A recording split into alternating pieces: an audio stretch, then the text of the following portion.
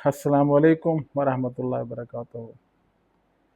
तो अब हम सेकंड लास्ट वर्ल्ड कप पे पहुंच चुके हैं। 2018 फीफा वर्ल्ड कप, जो 21वां एडिशन था फीफा वर्ल्ड कप का, और ये रशिया में हुआ था।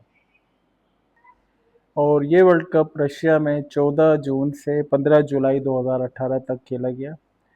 और ये पहली दफ़ा ऐसा हुआ कि वर्ल्ड कप जो है वो यूरोप में तो होते थे वर्ल्ड कप, 11वीं मरतबा ये यूरोप में वर्ल्ड कप हुआ, लेकिन ईस्टर्न यूरोप में। इससे पहले जो वर्ल्ड कप थे जैसे स्पेन में, जर्मनी में, फ्रांस में, इंग्लैंड में और स्वीडन में, तो लेकिन ये वो पहला वर्ल्ड कप है जो ईस्टर्न यूरोप में हुआ था। ठीक है। और बहुत अच्छा वर्ल्ड कप ऑर्गेनाइज हुआ था। हमने ये वर्ल्ड कप फॉलो किया था, देखा था हमने। और फ्रांस ने इस वर्ल्ड कप में जीत हासिल की थी, और फाइनल में उन्होंने क्रोएशिया को 2 के मुकाबले में 4 गोलों से हराया था। और क्रोएशिया एक छोटा सा मुल्क है, देखें, बिल्कुल तकरीबन मेरे ख्याल से उसकी कोई आबादी 3-4 मिलियन से ज़्यादा नहीं होगी, और वो वर्ल्ड कप के फाइनल में पहुंचा। और ये हम लोगों जैसे मुल्कों के लिए ये एक सबक है कि किस तरह उन लोगों ने स्पोर्ट्स को इतनी इम्पोर्टेंस दी हुई है। जब ये वर्ल्ड कप रशिया को अवार्ड हुआ था तो बहुत सारे एतराज़ात हुए थे, क्योंकि पता ही है व्लादिमीर पुतिन से कितनी ये लोग खार खाते हैं यूरोप के लोग सारे। और तो फिर सोचा था कि ये वर्ल्ड कप हो भी सकेगा प्रॉपरली या नहीं, लेकिन रशिया ने बहुत अच्छे अंदाज में ऑर्गेनाइज किया और अच्छी मयारी सहूलतें दी तमाशाइयों को, और सब कुछ बहुत अच्छे तरीके से हुआ था। क्योंकि ये वर्ल्ड कप 2010 में अवार्ड हो गए थे, तो उसी वक्त कतर को भी अवार्ड हुआ था। ये दोनों वर्ल्ड कप जो हैं 2018 रशिया में और 2022 कतर में। तो कतर पे बड़ा प्रेशर था बाद में कि इस वर्ल्ड कप को करने का। और तो वो खैर हम अपने अगले वीलॉग में कतर की वर्ल्ड कप के बारे में आपको बताएंगे। इस वर्ल्ड कप में वही 32 टीमें शामिल थी। अभी फीफा का आइडिया नहीं हुआ था 48 टीम्स का। ये Australia, Iran, Japan, Saudi Arab, South Korea, ये एशिया से थे। अफ्रीका से मिस्र, मोरक्को, नाइजीरिया, सेनेगल और ट्यूनीशिया। कॉनकॉफ से कोस्टारिका, मेक्सिको और पनामा। पनामा की टीम पहली मरतबा खेल रही थी। कॉम्बेल साउथ अमेरिका, जनूबी अमेरिका से Argentina, Brazil, Colombia, Peru and Uruguay. और जबकि यूरोप से जो है तकरीबन वही 14 टीमें थीं, और इसमें सिर्फ आइसलैंड की टीम नई थी, बाकी सारी वही पुरानी टीमें थीं जो पहले वर्ल्ड कप में शिरकत कर चुकी हैं। फॉर्मेट वही था। इन सारे 32 टीमों को 8 ग्रुप में डिवाइड किया गया, और हर ग्रुप में 4 टीमें थीं। और जो 4 टीमें थीं उनमें से जो टॉप 2 होंगी ग्रुप में वो आगे नॉकआउट स्टेज में जाएंगी, राउंड ऑफ 16 में। तो एज़ यूजुअल हमने जैसे कहा है कि हम नॉकआउट स्टेजेस में ही जाएंगे डायरेक्ट, ग्रुप स्टेजेस को स्किप करेंगे। कोई ऐसी ख़ास बात ग्रुप स्टेज में नहीं थी, तो हम आगे जाएंगे नॉकआउट स्टेज की तरफ। लेकिन ग्रुप स्टेज में जो एक इम्पॉर्टेंट चीज़ थी, वो जो डिफेंडिंग चैम्पियन था जर्मनी, जिसने 2014 में ब्राज़ील में फाइनल जीता था अर्जेंटीना को हराकर, वो ग्रुप स्टेज से ही आउट हो गई। और ये मतलब अ, जो आपको याद हो कि 2010 की चैम्पियन थी स्पेन, वो भी 2014 में ग्रुप स्टेज से ही आउट हो गई थी। और जबकि अर्जेंटीना भी बड़ी मुश्किल से राउंड ऑफ 16 में पहुंचा। पहला मैच उन्होंने, जो पहला वर्ल्ड कप खेलने वाली टीम थी आइसलैंड, उसके साथ 1-1 से बराबर किया। मेसी ने उस मैच में पेनल्टी मिस की थी। और दूसरे मैच में अर्जेंटीना को क्रोएशिया ने आउट क्लास कर दिया, 3 गोलों से हराया। अब अर्जेंटीना का सर्वाइवल था नाइजीरिया के मैच में, और वो मैच अर्जेंटीना ने 1 के मुकाबले में 2 गोल से जीता। मैच बराबर हो गया था, लेकिन 85वें मिनट में अर्जेंटीना ने गोल करके 3 पॉइंट हासिल किया, और इस तरह 4 पॉइंट टोटल हुए। उसके एक मैच ड्रॉ हुआ, और इस तरह वो राउंड ऑफ 16 में पहुंचे। बाकी तो राउंड ऑफ 16 की हम तफसील आपको बताते हैं।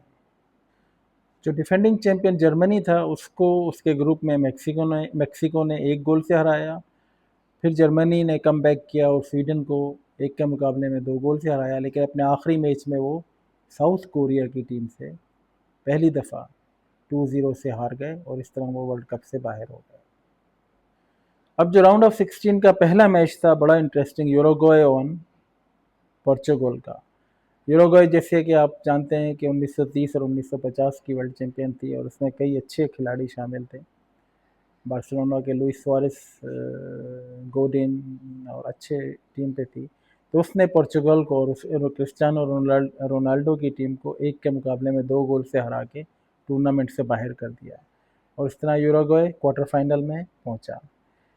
और दूसरा राउंड ऑफ 16 का गेम था अर्जेंटीना और फ्रांस के दरमियान।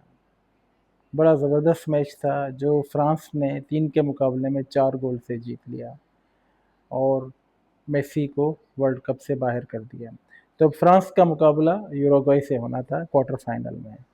अगले राउंड ऑफ 16 में ब्राज़ील ने मेक्सिको को 2-0 से और बेल्जियम ने जापान को 3-2 से हराया। तो इस तरह बेल्जियम और ब्राज़ील का क्वार्टर फाइनल सेट हुआ। अगले एक मैच में मॉस्को में स्पेन और रशिया का मैच 1-1 गोल से बराबर रहा, लेकिन पेनल्टी पे रशिया ने स्पेन को आउट कर दिया। और क्रोएशिया और डेनमार्क का मैच भी 1-1 गोल से बराबर रहा, लेकिन क्रोएशिया पेनल्टी पे जीत गया। तो इस तरह रशिया और क्रोएशिया का क्वार्टर फाइनल सेट हुआ। जबकि आखिरी क्वार्टर फाइनल के लिए स्वीडन और स्विट्ज़रलैंड का मैच हुआ जो स्वीडन ने 1 गोल से जीता, जबकि कोलंबिया और इंग्लैंड का मैच 1-1 गोल से बराबर रहा और पहली मर्तबा इंग्लैंड ने पेनल्टीज़ पे कामयाबी हासिल की। वरना उनका तो ट्रैक रिकॉर्ड हमने जैसे पिछले वर्ल्ड कप में डिस्कस किया ही है, हमेशा वो पेनल्टीज़ पे ही आउट हुए। तो इस तरह स्वीडन और इंग्लैंड का क्वार्टर फाइनल हुआ। पहले क्वार्टर फाइनल में यूरुग्वे को 2 गोल से हराया फ्रांस ने और फ्रांस सेमीफाइनल में। और इसी तरह बेल्जियम की टीम ने ब्राज़ील को 1 के मुकाबले में 2 गोल से हराया और ब्राज़ील भी आउट हो गया। तो इस तरह बेल्जियम और फ्रांस का सेमीफाइनल हुआ। जबकि अगले क्वार्टर फाइनल में मेज़बान मुल्क रशिया को क्रोएशिया ने पेनल्टी पे हराया। मैच 2-2 गोल से बराबर रहा, लेकिन पेनल्टीज़ पे क्रोएशिया ने ये क्वार्टर फाइनल जीता, जहां उसका मुकाबला स्वीडन और इंग्लैंड के मैच में इंग्लैंड ने 2 गोल से स्वीडन को हराया और इंग्लैंड फाइनल में पहुंच गया, सेमीफाइनल में पहुंच गया, जहां उसका मुकाबला क्रोएशिया से होना था। तो 10 जुलाई को पहला सेमीफाइनल फ्रांस और बेल्जियम के दरमियान सेंट पीटर्सबर्ग में हुआ और ये फ्रांस ने ये मैच 1 गोल से जीत लिया। जबकि दूसरा सेमीफाइनल मॉस्को में हुआ जिसमें बड़ा ज़बरदस्त मुकाबला था क्रोएशिया और इंग्लैंड के दरमियान। मैच 1-1 गोल से बराबर रहा 90 मिनट में, लेकिन एक्स्ट्रा टाइम में क्रोएशिया ने गोल करके ये मैच 1 के मुकाबले में 2 गोल से जीत लिया। तो अब फाइनल ठहरा फ्रांस और क्रोएशिया के दरमियान और ये फाइनल होना था 15 जुलाई को मॉस्को के लुझनिकी स्टेडियम में। फाइनल मॉस्को के लुझनिकी स्टेडियम में हुआ जिसको तकरीबन 78,000 तमाशाइयों ने देखा और फ्रांस ने ये मैच 2 के मुकाबले में 4 गोल से जीता। फ्रांस ने तकरीबन क्रोएशिया को आउट क्लास कर दिया। और एक दिलचस्प बात इस मैच में ये हुई कि जो पहला फ्रांस का जो पहला गोल था वो ऑन गोल था, जो क्रोएशिया के खिलाड़ी ने गलती से हेड किया और वो बॉल गोल में चली गई। खिलाड़ी था मेंड्यूजिक जो पहले यूवेंटस से खेलते थे और फिर बाद में बायर्न म्यूनिख में आए और उसका हेड गलती से अपने ही गोल में चला गया। तो पहला गोल फ्रांस का वो हुआ। दूसरा गोल ग्रीजमैन ने पेनल्टी पे किया, तीसरा गोल पॉल पोग्बा ने और चौथा एम्बेपे ने जो उस वक्त 18-19 साल की एज का था। लेकिन फिर मेंड्यूजिक ने क्रोएशिया की तरफ से भी गोल किया। तो मेंड्यूजिक ने इस मैच में दोनों टीमों के लिए गोल किया, फ्रांस के लिए भी गोल किया और अपनी टीम के लिए भी गोल किया। और क्रोएशिया का जो कैप्टन था लूका मॉड्रिच उसको मैन ऑफ द टूर्नामेंट करार दिया गया। बाद में उसने बैलन डोर भी जीता जो फुटबॉल का एक बड़ा एजाज़ है। तो इस तरह ये फीफा वर्ल्ड कप 2018 फ्रांस ने जीता, जो दूसरी मर्तबा चैम्पियन बना। इससे पहले वो 1998 में अपने ही मुल्क में होने वाले टूर्नामेंट में कामयाबी हासिल की थी। तो अब हम अपने आखिरी वर्ल्ड कप 2022 की तरफ आएंगे, और उस वर्ल्ड कप से मेरी बहुत अच्छी यादें वाबस्ता हैं। मैं ख़ुद 2 दफ़ा उस वर्ल्ड कप को देखने के लिए कतर गया। एक दफ़ा ग्रुप स्टेजेस में के मैचेस को, और फिर बाद में फ़ाइनल देखने के लिए।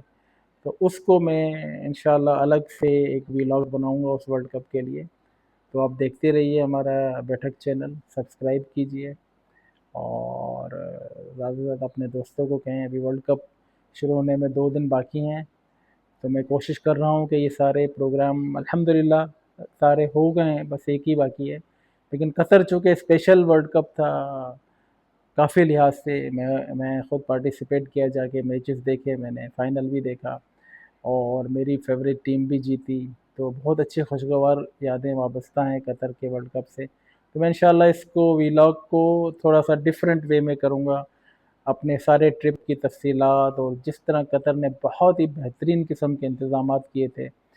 मेरा नहीं ख्याल है कि इस वर्ल्ड कप का कोई मुकाबला हो सकेगा। हाँ, जो 2034 में सऊदी अरब वर्ल्ड कप करेगा, हो सकता है वो कतर से कम्पिटिटिव हो, लेकिन Qatar the best world cup so far. तो देखते रहिए बैठक चैनल। अस्सलाम वालेकुम वरहमतुल्लाहि वबरकातुहू।